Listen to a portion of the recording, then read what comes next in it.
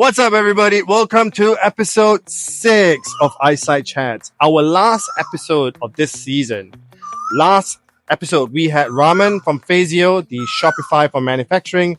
Sudarshan Raman, also Raman, the co-founder and head of product, I think, of Phasio. But we're early stage, so everything works at this point. A bit about us: we come from a manufacturing and software background. So me and my co-founder have come from the idea that manufacturing needs software to go to the next level. This week, we have a very special guest, the Rose among the Thorns, the very, very well requested, the first female founder that we have today. We have Sherry. Come on in, Sherry. Hey, what's up? How are you doing? What's up? Welcome to the show. Thanks for having me. We are very honored to have you. Andrew, this one's for you. Anyway, Sherry, have you done an ice bath before? This is actually my first time. Oh, this is your first time? Yeah. This is going to be fun. It's going to be all on camera. Yeah. It's going to be all on camera. Yeah. You excited? I'm pretty excited, a little nervous. I don't know what to expect. Don't worry. A couple of minutes later, you're going to feel real chill. All right. All right, you ready for this? Yeah, let's do it. All right, let's do it. All right, let's go. So we're going to get in and basically sit on the side like that and just hang out. Ooh. Oh, wow. Okay. Okay. How are you feeling? Yeah, I feel okay. All right. Not Perfect. too bad so far. Not too bad? Yeah, not too bad. Perfect. Awesome. All right, Sherry, welcome to the show. Yay, glad to be here. Awesome. All right. Well, I don't want to hold you up in the cold. Tell us a bit about yourself and tell us about your startup. Yeah, for sure. Well, I'm Sherry. Okay. Originally from the US, hailing from California, but been in Singapore for 6 years now. Wow, okay. So I'm the co-founder and CEO of a company called Peak. We're building an AI-powered personal finance platform that helps you track, manage, and grow your net worth. But basically think of this, right? You have maybe a friend in your circle or a mom or a relative who's just really on top of things related to personal finances. They know how much they should save every month, where to invest. And sometimes you're like, I wish I could just talk to that person to get some guidance. Well, we're trying to basically create a digital version of that so then you can feel comfortable about all the decisions that you're making about your money throughout your entire life. Oh, wow, very nice.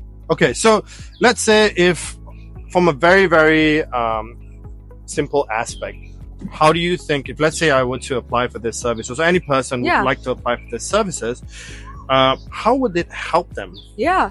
So I think the very first thing you need to know is just information. So let me give an example, right?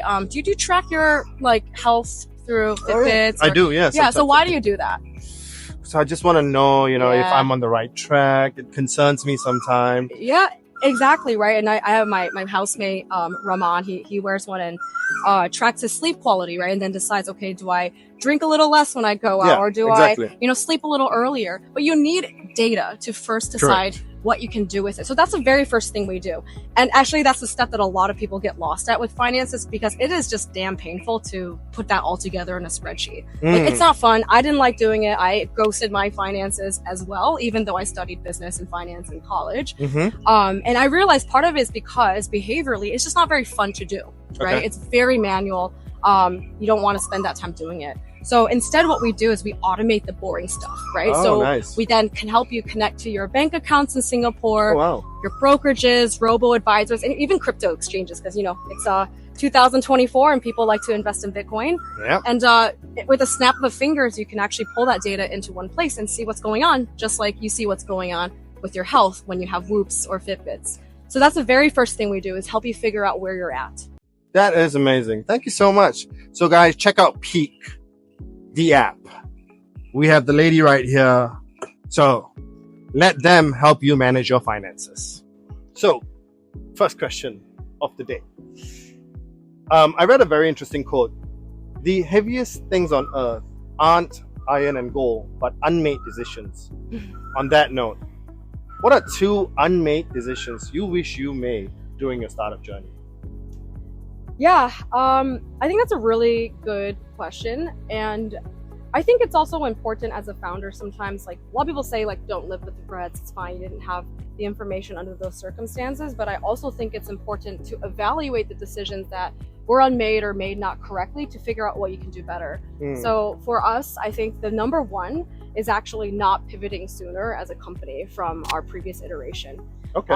So right now we're in a space where we've been able to validate the customer need a lot more, but that wasn't the case 1 to 2 years ago. We were actually in the crypto space doing something very different. Interesting. It took me 9 months to figure out, or actually build the conviction to change directions for the company and focus a lot more on helping people manage their finances versus helping people invest their finances, which we found many other solutions out in the market for. So I would say that that's the first unmade decision that I wish I was able to make faster. I think the second one is I would say making better hiring decisions as well. I mean, interesting. Okay. Again, took me probably 2 years to settle on a core team of 7 people that, where everybody has a reason to be there, right? Everybody brings something to the table. Everyone has a skill set and a principle of theirs that actually manifests itself in its product, right? So, our designer actually does a lot of video editing for our content. Very nice. She's really funny, and that actually comes off in a more kind of humorous, playful approach with our brand that you don't necessarily see maybe with other fintech finance brands, which are a bit more boring, right? That's true. That is true. But to get to the point where we hire the right people, I also made a lot of mistakes in hiring the wrong people. And I think I have a very forgiving personality too, where I kind of see things through for a long time before I'm finally this is not going to work out. And it could be varying factors, right? It could be, mismatch in terms of the industry or the space the person wants to be in. True. It could be mismatch in skills and experiences. It could be mismatch in terms of stage of company too, right? So you might think you are okay with the uncertainties of an early stage, seed stage company, but then you actually want something that's a little bit more consistent. So for all those reasons, right, I think there are times where I wish I had made the right hiring decisions faster, which require you to make the right, firing decisions as well, right? As hard as that sounds. Yeah. Okay, awesome. Thank you for that. All right, Sherry, how's the feet so far? I feel like I'm on a warm beach. All right, she's feeling like she's been on a warm beach. All right, so we're gonna get a little more colder. Okay. All right, so you ready? We're just gonna submerge our body, but we're gonna leave our hands out. You ready? Okay. All right, let's do this. Whoa! Whoa! Whoa! Oh, Oh, mama! oh. Oh, how you feeling? Yeah, chilling. Just breathe. So you can extend your legs if you want. Okay. All right, you all right? Yeah, I'm good. Yours looks a little bit colder than mine. Is that ice cubes in there? Let me help you guys. Yours looks a little bit warm. Thank you, James. You're welcome. Thank you. All right, how are you feeling so far, Sherry? I'm okay. You all right? Yeah. Okay, perfect. So, next question. Hey, it's amazing. It's actually surprising how you took it so well. I'm still taking it, by the way, right now. All right. Yeah, I'm chilling. All right, she's chilling. San Diego Beach, baby. All right. So, next question. Entrepreneurship is a test of will, not intellect. On that note, I forgot the question. A few moments later. Entrepreneurship is a test of will, not intellect. On that note, what has brought you further, personally and professionally, and why? Yeah, I think there's 2 things that has really helped. One is internal and the other is more external. I think for myself, a habit that I have that really helps is I journal a lot, like diary style, right? Okay. I'll journal about anything. There's really not necessarily a structure, but I'll talk about my feelings and emotions about a situation because there's actually a lot of emotionally taxing situations that you'll go through. For example, actually, I went through a period where I actually had a first co-founder leave the company, and then had to, find a way to kind of process that, right? And I spent a lot of time just journaling about how I was feeling, what I was worried about, things like that. And I just think it helps both the emotional as well as the, I would say the logical part of, figuring out what to do as well. So reflection is important.